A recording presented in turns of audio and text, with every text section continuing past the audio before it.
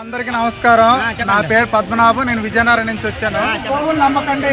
మీకు ఇబ్బంది కలిగినా ఏ గోవులైనా పనికి రాకపోయినా మాకు అప్పు చెప్పండి. మేము ఆ గోశాలకి తరలిస్తాము, వాటిని చూస్తాము. మనందరం హిందువులు. 33 కోట్ల దేవతలు మనకి ఆ గోవుల కొలువై ఉన్నారు. మనం అమ్ముకుంటే మన ధర్మాన్ని మనం నాశనం చేసుకున్నట్టే. కాబట్టి ఆవుల్ని దయచేసి అమ్మకండి, మాకు అప్పచెప్పండి. మీకేమైనా ఇబ్బంది కలిగితే ప్రభుత్వం వారి దృష్టి నుంచి మీకు నష్టపరిహారం వచ్చే విధంగా మేము కృషి చేస్తాము. మీ అందరికీ చేతులెత్తి మరీ రిక్వెస్ట్ చేస్తాము. పట్టుకెళ్ళి ఎక్కడైనా కబేలాకి అప్పచెప్పిన తర్వాత గవర్నమెంట్ వాళ్ళు డబ్బులు ఇస్తున్నారు. ఆ డబ్బులేవో రైతులకే ఇస్తే వాళ్ళు అమ్మరు కదా, వాళ్ళు పెంచుకుంటారు కదా, వాళ్ళు పోషణ చేసుకుంటారు కదా. అవి మేపలేక పనికిరాక వాటిని అమ్ముతుంటే వాటిని కబేలాకి తరలించడం ఇవన్నీ జరుగుతున్నాయి. కాబట్టి ప్రభుత్వం వారికి రైతులందరి తరఫున మేము విజ్ఞప్తి చేస్తున్నదంటే ఎక్కడికక్కడ గోశాల కట్టడానికి, షెడ్లు వేయడానికి, వాటి మేపడానికి ముందే మీరు డబ్బులు ఇవ్వండి. ఆవులు అమ్మేసిన తర్వాత, పట్టుకెళ్ళిన తర్వాత, అమ్మేసిన తర్వాత వాటికి ఏదో డబ్బులు ఇవ్వడం కాదు. గోశాలకి డబ్బులన్నీ కూడా మీరు ఇవ్వడం కాదు.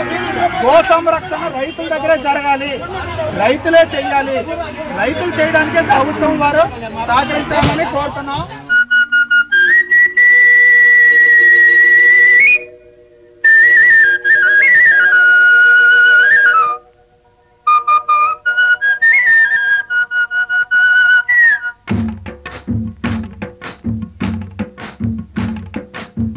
గోవుళ్ళు తెల్లనా, గోపయ్య నల్లనా, గోధూళి ఎర్రనా ఎందువలన?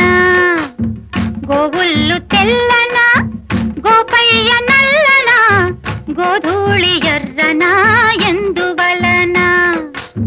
గోధూళి ఎర్రనా ఎందువలన?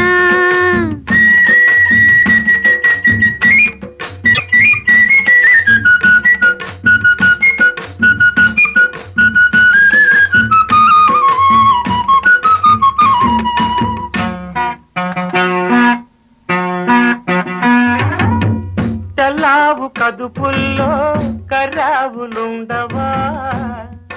ఎందుకుండవు? కర్రావు కడుపునా